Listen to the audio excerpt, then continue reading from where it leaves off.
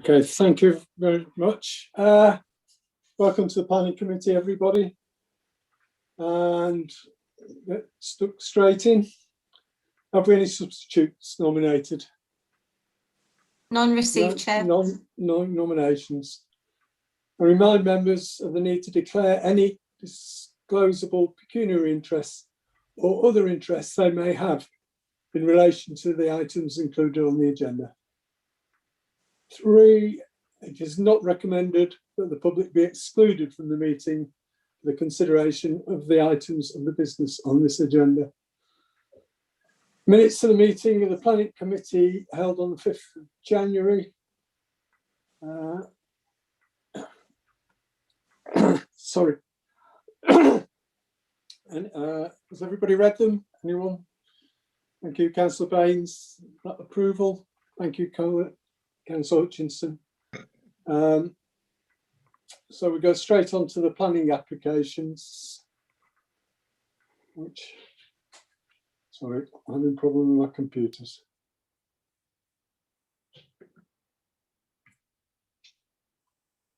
So it's planning application 20-01322/BAR on plot 2, Site Lane, Lightcliffe, Brighouse, and a variation of conditions. Right, thank you, Richard. Can you do the presentation?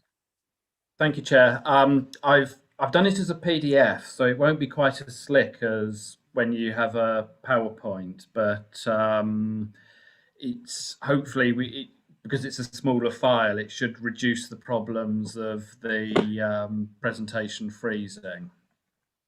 Touch wood. So there's no representations received. This application relates to one of the 2 plots that was approved by members. I think it would have been, I was going to say last year. It would have been very early last year, if it was last year, because it was before lockdown, because we did a site visit. So it might actually have been the year before, but I do remember doing a site visit with members. So it's only altering one of the plots. There's no representations, but under the terms of reference to Planning Committee, if it's changing a scheme that's been approved by members, it comes back to Planning Committee. So the first slide sets out the key issues. So this shows the location of the site off Site Lane. This is an aerial photograph. It's obviously some years old now. In fact, I think when we visited the site, there was a new property sort of constructed in the area where I'm indicating with the cursor. So this shows the site layout. You've got the host property and plots 1 and plot 2.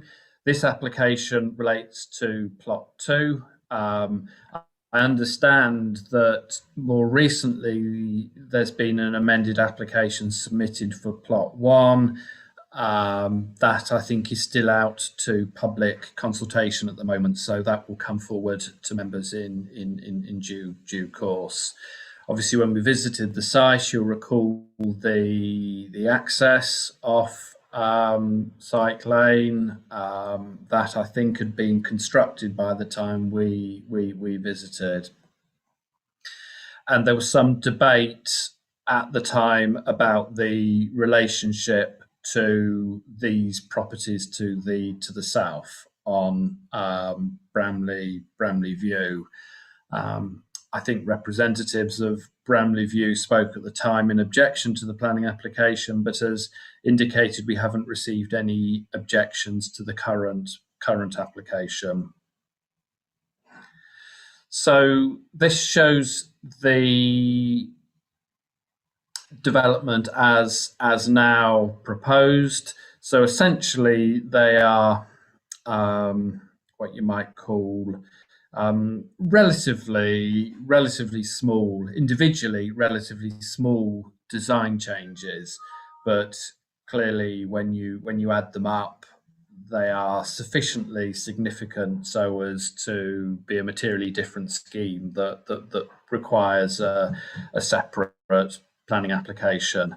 So the changes to the scheme are described in the report. There's the removal of a featured chimney, an extension over an extension of a balcony over, which I will highlight on the layout plan. Actually, that's probably the easiest place to see that. There's the removal of the zinc cladding and its replacement with stone, and various changes to the fenestration, the doors and the windows. So the balcony I've just alluded to is just there. I'm pointing to it with the cursor on the north elevation, obviously where it's going to sort of look out away from residential properties. Clearly it would have been more of an issue if it was proposed on the south elevation looking towards Bramley View. So these are the elevations as approved.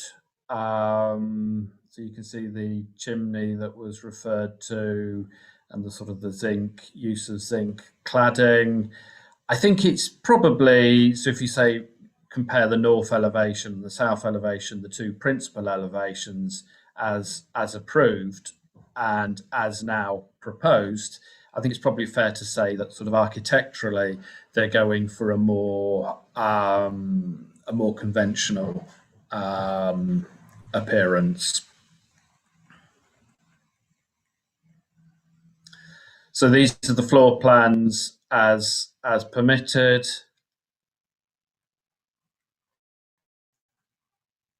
So moving on to the photos, so things have obviously progressed. Actually, they've progressed since this photo was taken. So I have some photos later that actually show the position as it is now. But this photo was taken last summer and shows that the sort of ground had been excavated to prepare to sort of put the slab in for development.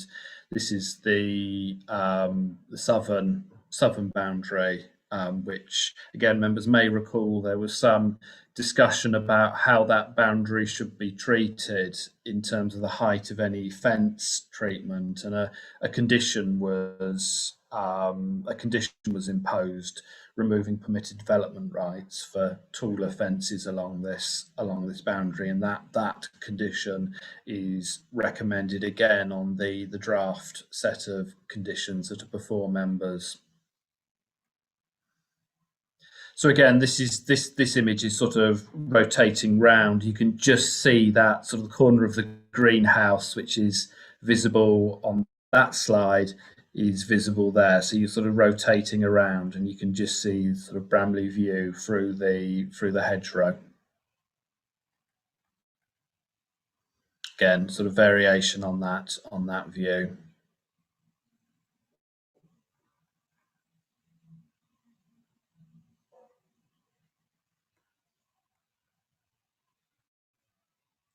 So view west.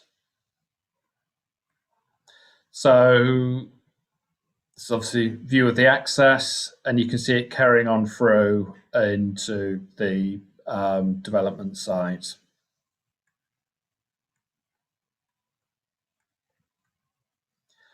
So this photo is obviously moving forward in time, because you can see that's the host property 27, plot 1 and plot 2, that you can see the sort of the basic structure of it.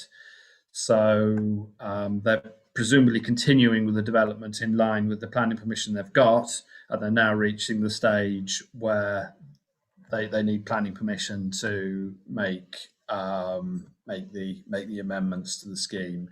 So you can see when this photo was taken, I think it's a fairly recent photo. You got just the sort of roof roof structure, and they appear to have sort of actually sort of put the masonry in place up to sort of ground floor level. So again, this is a view from Syke Lane. So plot 1, obviously somewhere in advance of plot 2.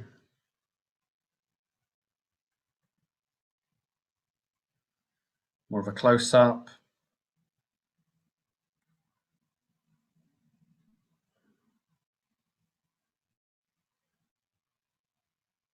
So this is the north elevation, which would be extended slightly with the sort of ground floor extension with a balcony above.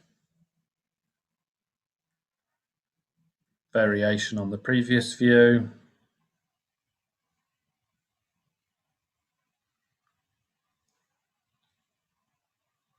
I don't know what this thing that pops up is.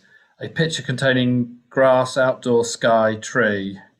It's automatically generated, so it has nothing whatsoever to do with me. That's something new. I didn't realise the computer could do that. So obviously looking down the side of plot 1 towards plot 2.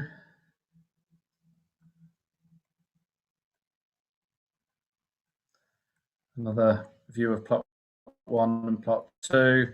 And the final slide, so reiterating representations and key issues.